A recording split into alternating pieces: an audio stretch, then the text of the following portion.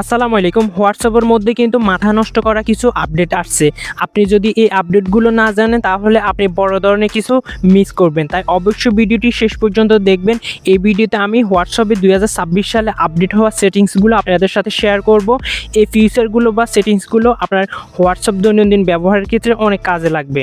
তাহলে চলুন শুরু করি। প্রথমে আপনারা কি করবেন, একটা হোয়াটসঅ্যাপ আইডিতে চলে যাবেন।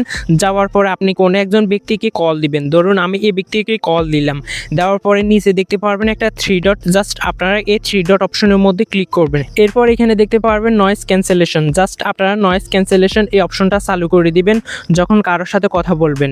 এটা চালু করে দিলে বাইরের যে শব্দগুলো আছে বা নয়েজ আছে সেটা কিন্তু অপর ব্যক্তি কখনোই শুনতে পারবে না। তাই অবশ্য কথা বলার সময় এই নয়েজ ক্যান্সেল এই অপশনটা চালু করে দিবেন। হোয়াটসঅ্যাপের মাধ্যমে যারা ছবি ভিডিও লেনদেন করে, দ্বিতীয় নাম্বার সেটিংসটা কিন্তু তাদের জন্য খুবই গুরুত্বপূর্ণ। দেখেন আমি একটা হোয়াটসঅ্যাপে একটা ছবি পাঠাবো বা ভিডিও পাঠাবো। আমি ধরুন এই আইডিতে চলে যাব। যাওয়ার পর আমি এখান থেকে গ্যালারি অপশনে গিয়ে একটা ছবি পাঠাবো। তো আমি গ্যালারি অপশনে চলে গেলাম। যাওয়ার পর এখান থেকে ধরুন আমি এই ছবিটা পাঠাবো। আমি এই ছবিটার উপরে ক্লিক করব। ক্লিক করার পর সিলেক্ট করার পর উপরে দেখতে পারবেন এইচডি নামে একটা অপশন, জাস্ট আমি এই এইচডি অপশনটাকে সিলেক্ট করে দিব। এখন এখান থেকে যদি আমি সেন্ড অপশনে ক্লিক করি, সেন্ড অপশনে ক্লিক করার সাথে সাথে কিন্তু ছবিটা যাকে পাঠাবো তার কাছে এইচডি আকারে চলে যাবে। অর্থাৎ আমি ছবিটা যখন ক্লিক করার পরে যে এমবি আসছে সে রেজুলেশনে অথবা এমবিতেই কিন্তু তার কাছে ছবিটা যাবে। ধরুন আমি ছবিটা তোলার পরে যদি 5 এমবি হয়, আমি যাকে পাঠাবো তার কাছেও 5 এমবি বা ঠিক একই রেজুলেশনে ছবিটা যাবে। তাই যারা হোয়াটসঅ্যাপে ছবি লেনদেন করেন বা ভিডিও লেনদেন করেন তাদের জন্য কিন্তু এই সেটিংসটা খুবই গুরুত্বপূর্ণ। অবশ্যই আপনারা ছবি লেনদেন করার সময় এইচডি এই অপশনটা সিলেক্ট করে পাঠাবেন। আগে আমরা ছবি ভিডিও পাঠাতে গেলে ডকুমেন্ট করে ছবি ভিডিও পাঠাতাম, কিন্তু ডকুমেন্ট থেকেও এইচডি অপশনটা সিলেক্ট করে পাঠালে ছবি ভালো কোয়ালিটিতে যাবে।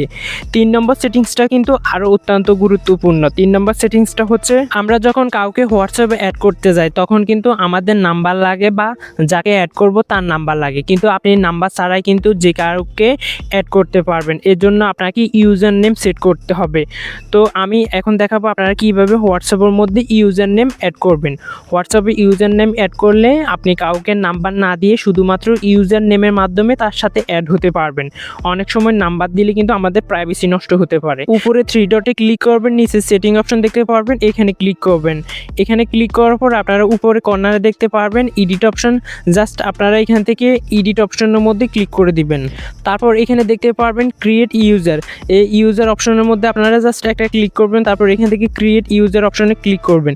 ক্লিক করার পর এখানে প্রাইভেসির কারণে কিন্তু এই অংশটা কিন্তু স্ক্রিন রেকর্ড হয়নি বা ব্ল্যাক দেখা যাচ্ছে।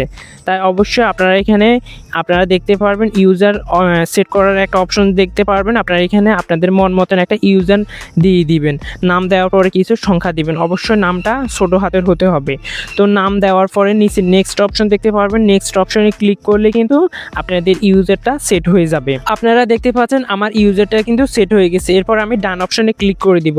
আমার ইউজারটা হচ্ছে ARFAT আরফাট 341। তো আপনারা এইভাবে আপনাদের ইউজারটা সেট করে নেবেন। ইউজারটা সেট করে নিলে কেউ যদি আপনার হোয়াটসঅ্যাপ নাম্বার চায় তখন কিন্তু আপনি হোয়াটসঅ্যাপ নাম্বার না দিয়ে তাকে ইউজার নাম্বার দিতে পারবেন। সেই ইউজার নাম্বারের মাধ্যমে আপনাকে হোয়াটসঅ্যাপে অ্যাড করতে পারবে। 4 নম্বর সেটিংসটা কিন্তু খুবই গুরুত্বপূর্ণ এবং প্রাইভেসি বজায় রাখে। আমরা যখন কাউকে হোয়াটসঅ্যাপে কোনো একটা ছবি পাঠাই বা ভিডিও পাঠাই তখন কিন্তু সে ব্যক্তি চাইলে সে ছবিটার স্ক্রিনশট নিতে পারে, কিন্তু অথবা সে চাইলে কিন্তু ছবিটা ডাউনলোড করতে পারে। তবে এমন একটা সিস্টেম আছে, এই সিস্টেমে আপনি ছবিটা পাঠালে সে কিন্তু ছবিটা ডাউনলোড করতে পারবে না কিংবা স্ক্রিনশট নিতে পারবে না, অথবা একবার দেখার পরে ছবিটা অটোমেটিক ডিলিট হয়ে যাবে। এর জন্য আপনারা কি করবেন, ক্যামেরা অপশনের মধ্যে ক্লিক করবেন। ক্যামেরা অপশনে ক্লিক করার পর আপনারা যে ছবিটা পাঠাবেন সেটা সিলেক্ট করবেন। আমি এখান থেকে এই ছবিটা সিলেক্ট করলাম। করার পর আমি যদি এখন সেন্ড অপশনে ক্লিক করি তাহলে কিন্তু ছবিটা তার কাছে চলে যাবে। তো আমি সেন্ড অপশনে না ক্লিক করে এখান থেকে ছবি সিলেক্ট করার পর সেন্ড অপশনের পাশে দেখতে পারবেন 1A1-এ ক্লিক করবেন, ওকে অপশনে ক্লিক করবেন। করার পর এখন যদি আমি সেন্ড ক্লিক করে দিই তাহলে কিন্তু তার কাছে ছবিটা চলে যাবে এবং ছবিটা যাওয়ার পরে কিন্তু সে ছবিটা শুধুমাত্র একবার ক্লিক করার পরে একবার দেখতে পারবে।